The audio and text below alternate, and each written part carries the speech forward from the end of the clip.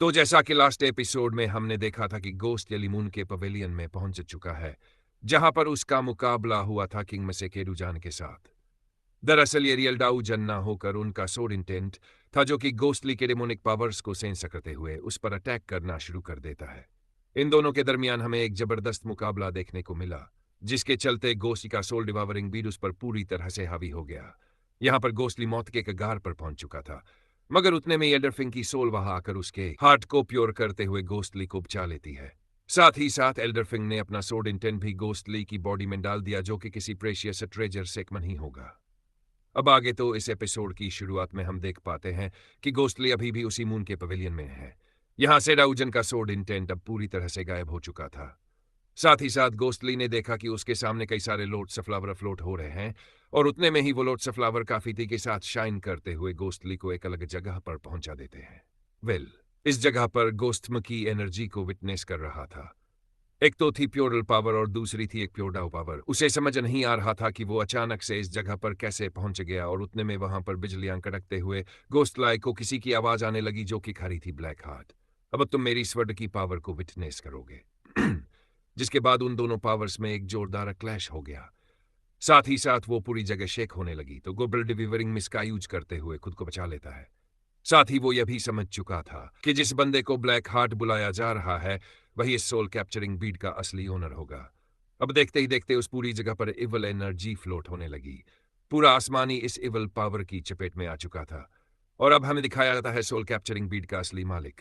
वो अपने अपोनेंट से कह रहा था कि तुम्हारी तलवारों में वो दम नहीं जो मुझे हरा पाए। क्यों ना तुम मेरी पावर्स को विटनेस करो, और तुम्हें हम दोनों के दरमियान का फर्क नजर आ जाएगा। जिसके बाद वो evil dragon outer the sea technique का यूज करते हुए वहां पर कई सारे इवल ड्रैग्स को समन कर चुका था।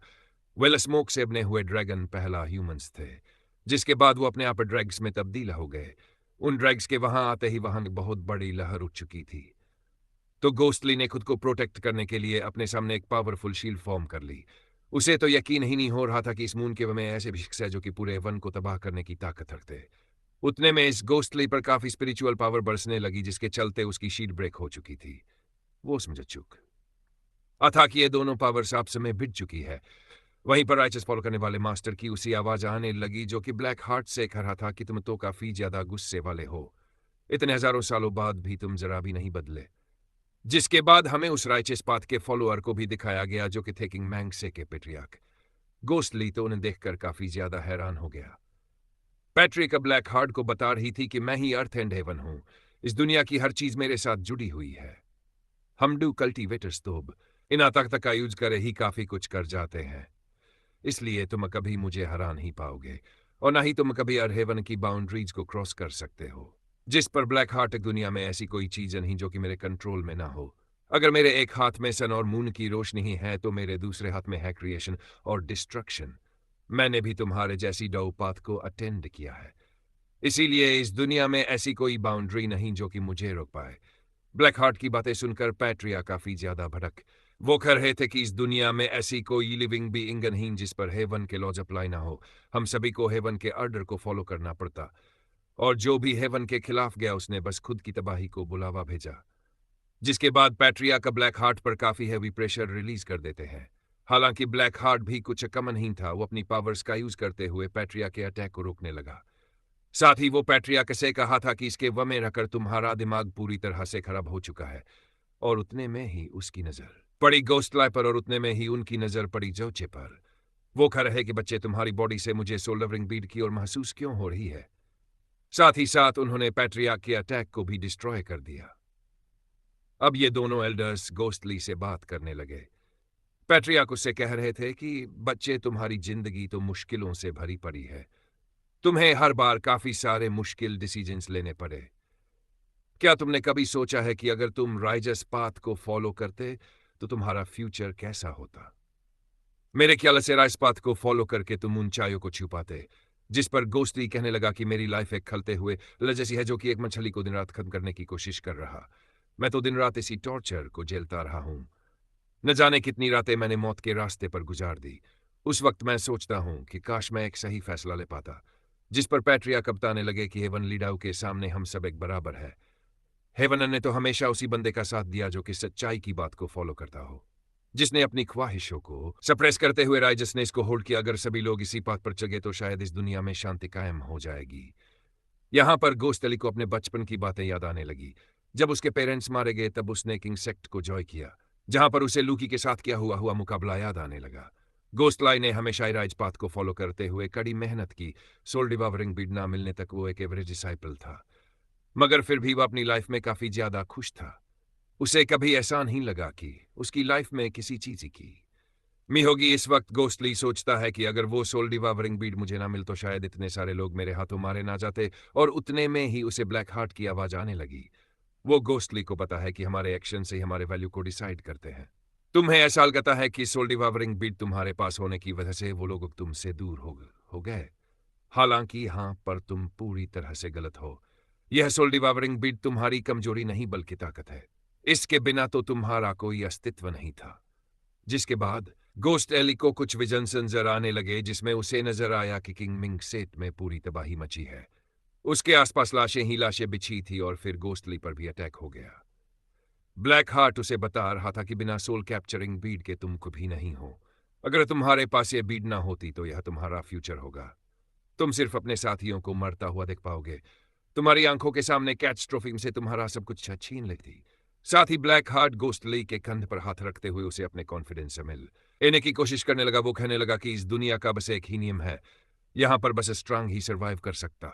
अगर सोल डिवावरिंग बीड तुम्हें पावरफुल बनाती है तो यह तुम्हारी कमजोरी नहीं हो सकती।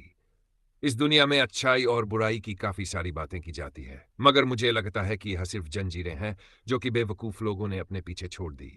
यहां पर गोस्टिल ब्लैक हार्ट की बातों से पूरी तरह से इन्फ्लुएंस हो चुका था। वह कहता है कि जिसके पास पावर से नहीं होती वह बस दूसरे के हाथों मारा जाता, चाहे वो पावर किसी भी किस्म की क्यों ना हो। मैंने उसे हासिल करना ही चाहिए। उसकी बातें सुनकर ब्लैक हार्ट जोर से हंसने लगा। वो कह रहा था, बच्चे तुमने तो मुझे खुश कर दिया। अगर तुम्हारे पास सबसे भयानक पावर आ गई तो कौन जीगा और कौन मरेगा इसका फैसला तुम करोगे। तुम जिसे चाहो उसे मार सकते हो और जिसे चाहो उसे प्रोटेक्ट कर सकते हो। यह सब कुछ तो बस तुम्हारी विल पर डिपेंड होगा। और उतने में उसके हाथ में मौजूद चेस पीस लाई को एक और विजन में भेज देता है, लेकिन इस बार गोस्ट लाई के पास से ब्लड रिवाइविंग मेस थी। वाह, वो सोचने लगा कि अगर मैं इस डेडली वेपन का यूज करके कैटस्ट्रोफी को रोक सकता हूं तो फिर इससे अच्छा कुछ नहीं हो सकता। इस तरह से मैं अपने पूरे सेक्ट को बचा सकता हूं। बस फर्क इतना है कि इस वेपन को अपना बनाने के लिए मुझे खुद को सैक्रिफाइस करना होगा। उसके ऐसा कहते साथ ही ब्लड डिवावरिंग की इवल पावर गोस्टली की बॉडी में समा चुकी थी और पूरी तरह से इस ब्लड डिवावरिंग मेस की चपेट में आ चुका था। और उतने में ही कई सारे डेमोनिक बीस्ट उस पर अटैक करने के लिए रवाना हो गए। हालांकि उतने में ही गोस्टली ने soul capturing and seizing technique को एक्टिवेट कर दिया। उसके ऐसे करते साथ ही काफी सारे ब्लड सर्जिंग स्ट्राइक्स उन डेमोनिक बीस्ट पर अटैक करने लगी। यह हमला इतना ज्यादा भयानक था कि हजारों बीस्ट उसके हाथों एक ही स्ट्राइक में मारे गए। यहां पर गोस्ट लाई का खुद पर जरा भी काबू नहीं रहा।